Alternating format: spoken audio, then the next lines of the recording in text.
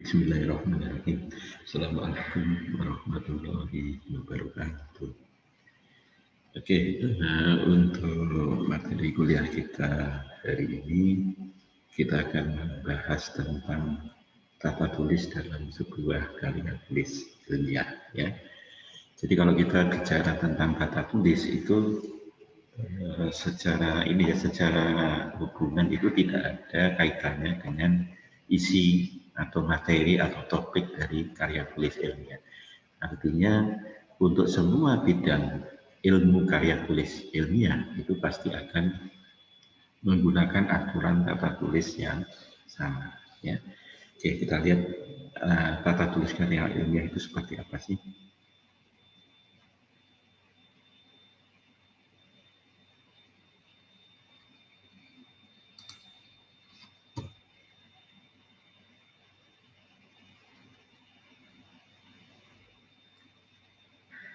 Oke, jadi bahasa karya tulis ilmiah itu nanti ada beberapa syarat yang harus dipenuhi. Oke ya, sebentar ini masih ada masalah dengan. Oke, saya lanjutkan. Jadi terkait dengan bahasa karya tulis ilmiah ini ada beberapa syarat yang harus dipenuhi yang dikatakan sebagai syarat kebahasaan. Ya, jadi hal pertama yang terkait dengan tata tulis karya ilmiah yang nantinya kita buat itu adalah syarat tentang penggunaan bahasa. Nah, bahasa seperti apa yang disyaratkan dalam penulisan karya tulis ilmiah? Yang pertama bahwa bahasa itu harus baku, ya. Bahasa itu harus baku.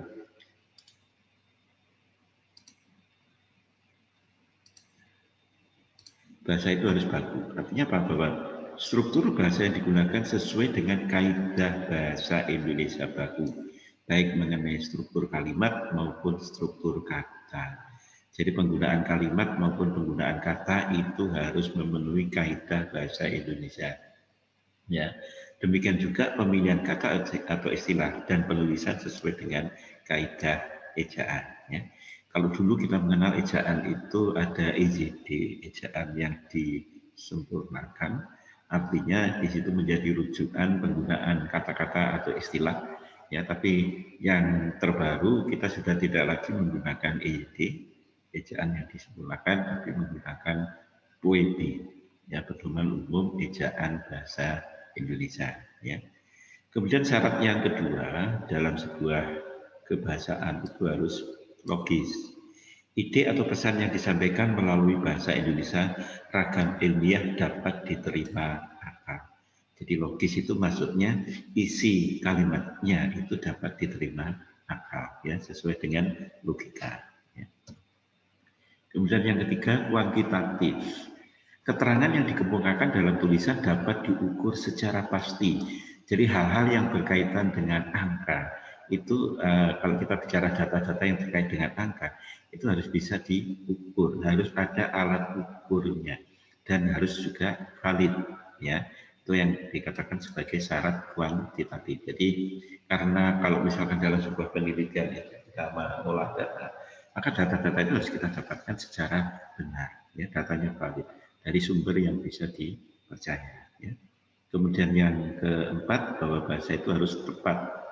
Ide yang diungkapkan harus sesuai dengan ide yang dimaksudkan oleh penutur atau penulis dan tidak mengandung makna ganda, ya, ambiguitas. Jadi tidak menimbulkan salah tafsir, salah persepsi dari orang yang membaca. Antara penutur atau penulis dengan yang membaca itu harus punya persepsi yang sama. Ya. Kemudian denotatif, kata yang digunakan dipilih sesuai dengan arti sesungguhnya dan tidak melibatkan perasaan karena sifat ilmu itu adalah objektif. Ya, jadi makanya dalam penulisan karya tulis ilmiah nanti diwajibkan kita menghindari penggunaan kata ganti orang. Ya, jadi tidak boleh dalam laporan penelitian, dalam jurnal itu misalnya kita menggunakan kata saya, kami, penulis, itu tidak bisa. Jadi bagaimana nanti kita menyusun kalimatnya sedemikian rupa sehingga sifatnya itu adalah seperti kalimat pasif, ya. Jadi tidak menggunakan kata ganti orang, ya saya, kami, penulis dan seterusnya, ya itu tidak boleh. Kemudian yang keenam, ringkas. Ide dan gagasan diungkapkan dengan kalimat pendek sesuai dengan kebutuhan, pemakaian kata seperlunya, tidak berlebihan tetapi isinya benar. Jadi kalau kita bicara bagaimana kita bisa menuliskan kalimat itu dengan benar, dengan ringkas, ini memang butuh latihan, ya, memang butuh latihan. Jadi bahwa kemampuan menulis itu memang harus dilatih, tidak bisa kita dapatkan secara serta-merta, ya. Jadi memang harus banyak latihan. Kemudian runtun, ya, ide diungkapkan secara teratur. Saat ini ada masalah dengan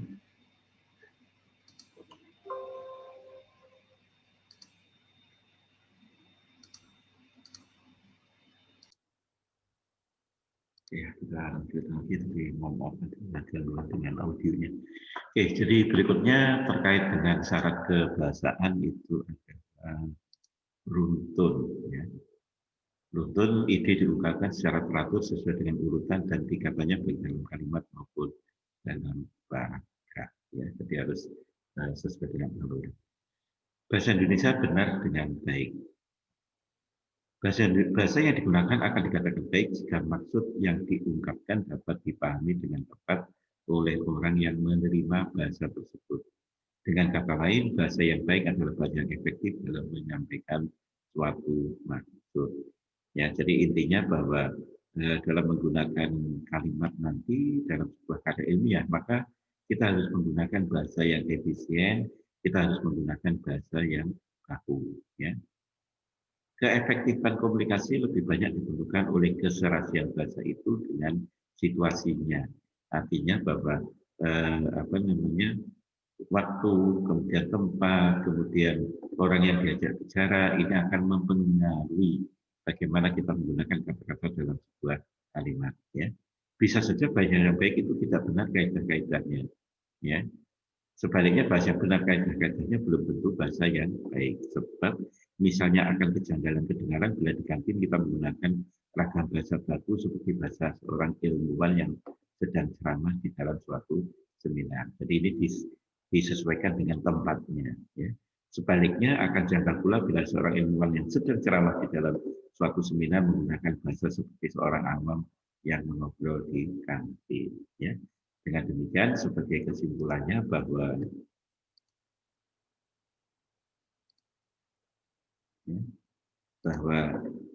bahasa yang benar dan baik itu adalah bahasa yang sesuai dengan kaidah dan sesuai dengan situasi. Ya. Jadi disesuaikan dengan kaidah dan juga disesuaikan dengan situasi. Ya. Oke, mungkin itu yang terkait dengan penggunaan bahasa. Ya. Kita bisa cek satu lagi, jangan enggak ini.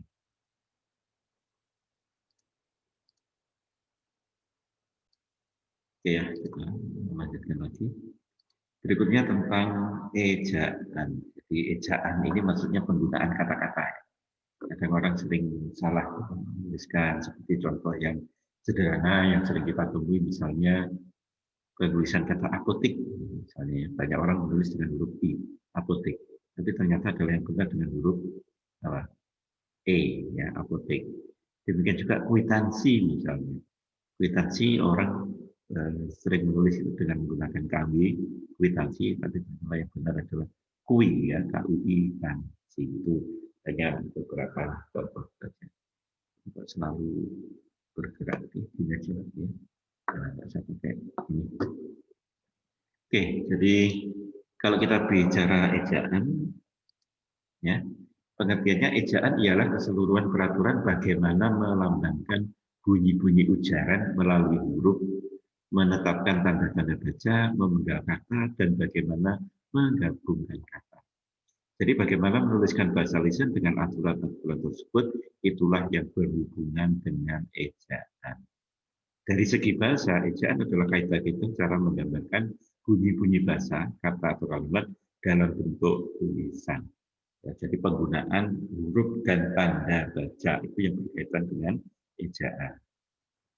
Lingkup pembahasan ejaan. Lingkup pembahasan dalam ejaan meliputi hal-hal sebagai berikut. Yang pertama adalah pemakaian huruf, yang kedua pemakaian huruf kapital, huruf besar ya, dan huruf miring, penulisan kata, penulisan unsur serapan. Jadi unsur serapan ini adalah kata bahasa Indonesia yang berasal dari bahasa asing. Itu ada aturannya juga, bagaimana cara menuliskannya. Kemudian pemakaian tanda baca. Ya, kita lihat. Yang pertama terkait dengan pemakaian huruf besar dan huruf miring, ya, huruf kapital. Huruf kapital tidak identik dengan huruf besar, meskipun istilah ini biasa diperlawankan dengan huruf kecil. Istilah huruf kapital digunakan untuk menandai satu bentuk huruf yang karena memiliki fungsi yang berbeda. Jadi bukan huruf kapital itu bukan huruf kecil yang dibesarkan. Makanya di sini dia mengatakan tidak sama dengan huruf besar. Ya, tapi huruf kapital kita mengatakan huruf kapital itu adalah karena ada beberapa banyak huruf yang kalau kita tuliskan dengan huruf kecil berbeda dengan huruf besar. Contohnya misalkan A kapital seperti ini, tapi kalau A kecil ini. Jadi bukan A kecil kemudian ditulis besar itu menjadi huruf besar. Ya, ya. Oke. Jadi memiliki fungsi berbeda dalam kata atau kalimat menjadi berbeda dari bentuk huruf lain meskipun secara bunyi fenomis itu sama. Huruf A kapital secara fenomis sebunyi dengan A kecil. Tetapi karena fungsinya berlainan, maka penampilan grafisnya berbeda. Ya, penulisannya berbeda. Huruf kapital digunakan pada awal kalimat. Ya, kalau kita awal kalimat pasti huruf besar. Nama tempat, ya. Nama tempat ini misalnya gini ya. Jadi bukan menunjukkan tempatnya. Contohnya misalkan bandara. Ya, kalau kita menulis bandara tanpa nama bandaranya, ini huruf kecil. Tapi kalau misalkan bandara Juanda, maka ini huruf besar. Kampus misalkan, kalau tidak diikuti dengan nama kampus ya huruf kecil. Sorry, bukan huruf kapital ya huruf kecil. Tapi kalau misalkan kampus Unpad Surabaya, ini ditulis dengan huruf besar. Secara umum penggunaan huruf kapital tidak menimbulkan permasalahan. Kesalahan penulisan sering terjadi pada penulisan kata Anda. Kata Anda harus ditulis dengan A kapital meskipun terletak di tengah atau di akhir kalimat. Ya, itu khusus untuk kata Anda itu selalu dituliskan huruf besar. Ya. Oke, berikutnya huruf miring. Ya, jadi penggunaan huruf miring. Ya, kata-kata yang nanti dicetak miring. Sebuah huruf kata atau kalimat ditulis dengan huruf miring untuk membedakan dari huruf kata atau kalimat lain dalam sebuah kata, kalimat, paragraf, atau karangan itu.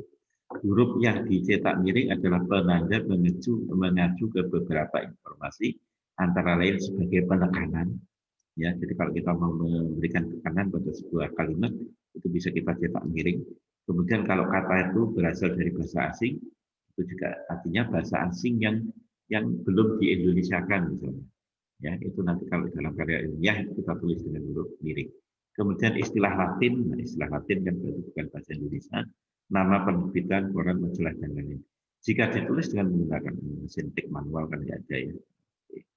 Oke, contohnya seperti ini. Artikelnya yang berjudul Perkembangan Sains dan Teknologi di Indonesia dimuat pada koran media Indonesia. Ya, koran media Indonesia. Nah, ini salah penulisannya betul.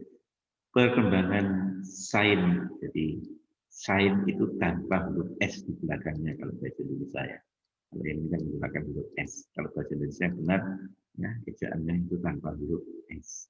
Artikelnya berjudul Perkembangan Sains dan Teknologi di Indonesia dimuat pada koran media Indonesia. Ya, jadi kesalahannya jadi huruf S-nya. Oke, kemudian penulisan kata. Ya, beberapa hal yang termasuk ke dalam pembahasan tentang penulisan kata adalah bagaimana penulisan kata dasar, kata turunan, bentuk ulang, gabungan kata, kata ganti, mu, kau, dan ya, kemudian partikel ya, di klausa ya, singkatan dan akronim, kemudian angka dan lambang bilangan.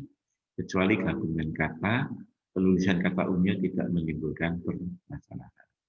Kesalahan penulisan gabungan kata umumnya ditemukan pada istilah khusus yang salah satu unsurnya hanya digunakan dalam kombinasi. Unsur gabungan kata yang demikian sering ditulis terpisah padahal seharusnya digabungkan. Ya, contohnya apa misalnya? Ya, yang kadang itu dipisah, ya tanda tangan misalnya itu kadang dipisah, ya harusnya digabungkan. Ya. Berikutnya penulisan unsur serapan. Sebagaimana diketahui, bahasa Indonesia diangkat dari bahasa Melayu. Di dalam perkembangannya, bahasa ini banyak menyerap dari bahasa lain, baik dari bahasa daerah maupun bahasa asing. Bahasa Sunda, Jawa, dan Batak adalah 3 contoh bahasa daerah yang banyak memperkaya bahasa Indonesia. Sementara itu, bahasa asing yang banyak diserap dalam ke bahasa Indonesia adalah bahasa Belanda, bahasa Inggris, Portugis, Sanskerta, Arab, dan Cina. Kriteria penyerapan bahasa asing ke dalam bahasa Indonesia secara lebih terperinci, ya bahasa secara umum bisa dikatakan bahwa bahasa Indonesia adalah bahasa yang menulis bunyi. Artinya pelafalan kita terhadap sebuah kata asing itulah yang ditulis dalam bahasa Indonesia. Jadi penyerapan bahasa Indonesia dari bahasa asing itu cara penulisannya disesuaikan dengan lafalnya. Ya.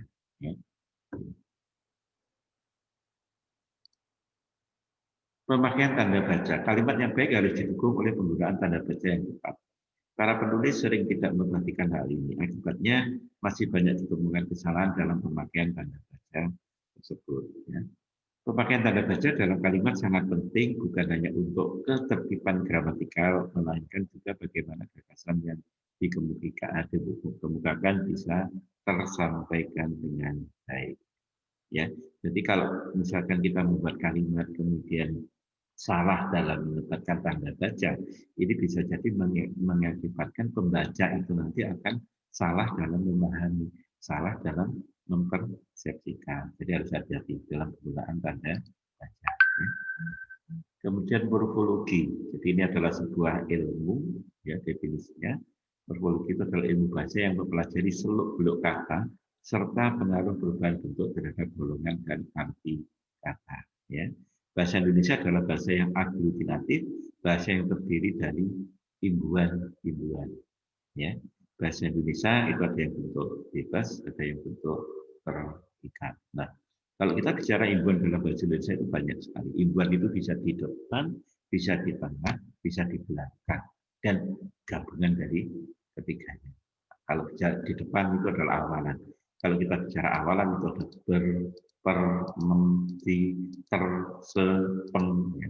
Kalau di tengah itu ada el, em, el, in. Di akhiran ada kan, ada i, ada an, ada nya. Kalau gabungan misalkan awalan dengan akhiran itu ada berkan, ada beran, ada peran, ada peran, dan seterusnya gabungan. Ya, contoh nanti bisa dilihat di contohnya. Ya. Oke, ketahui cara penulisan kata, ya.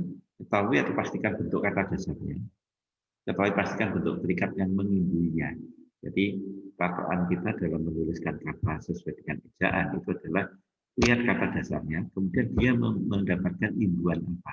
Apakah awalan, ya sisipan, akhiran atau gabungan dari ketiganya. Ya. Contoh misalkan ini yang sering saya lihat orang menulis salah. Ya.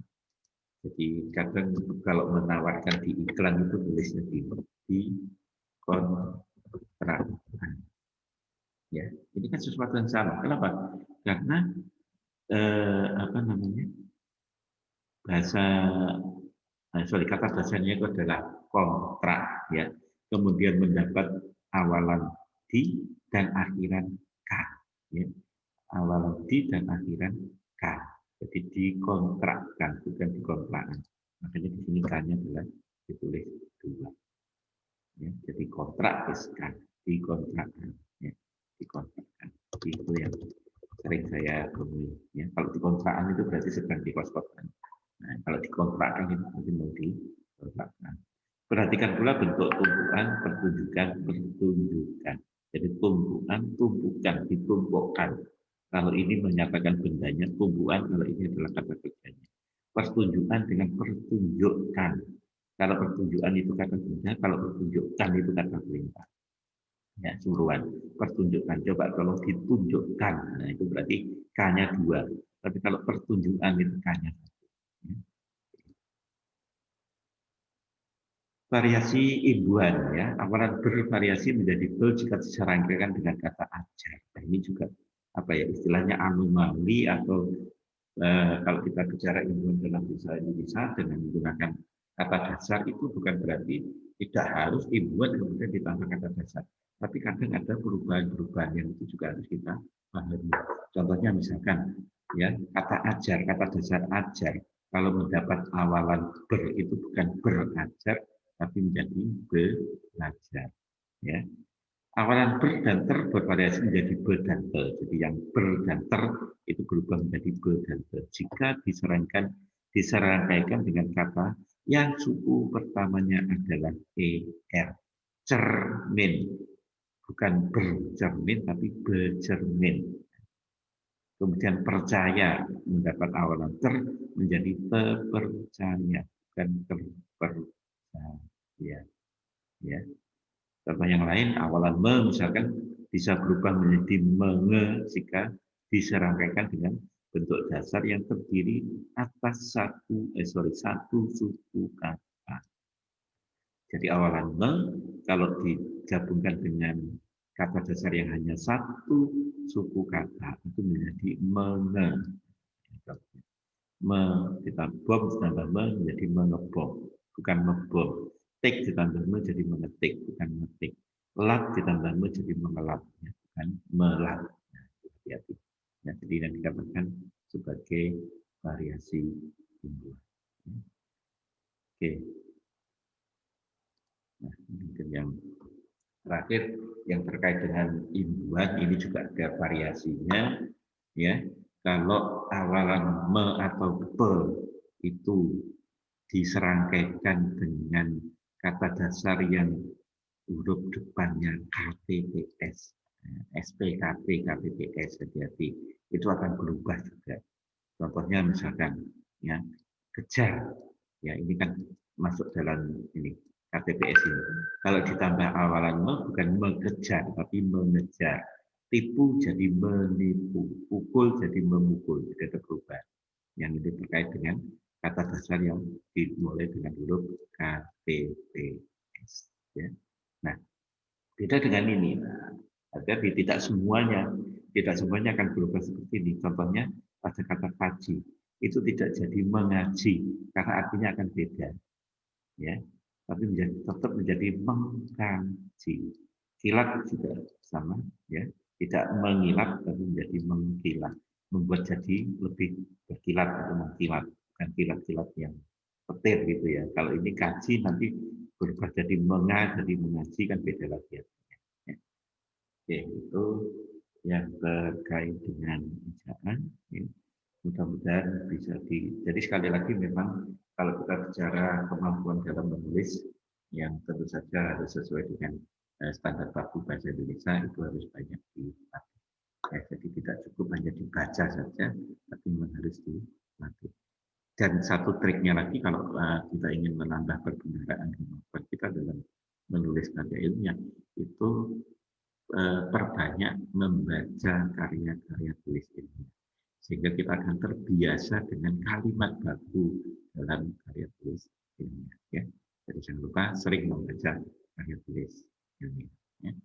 Oke, mungkin untuk kuliah hari ini ya hanya sampai sekian. Mudah-mudahan yang kita bahas tadi bisa menambah pemahaman Anda tentang ejaan dalam bahasa Indonesia atau terutama dalam tata tulis karya ilmiah. Terima kasih. Assalamualaikum warahmatullahi wabarakatuh.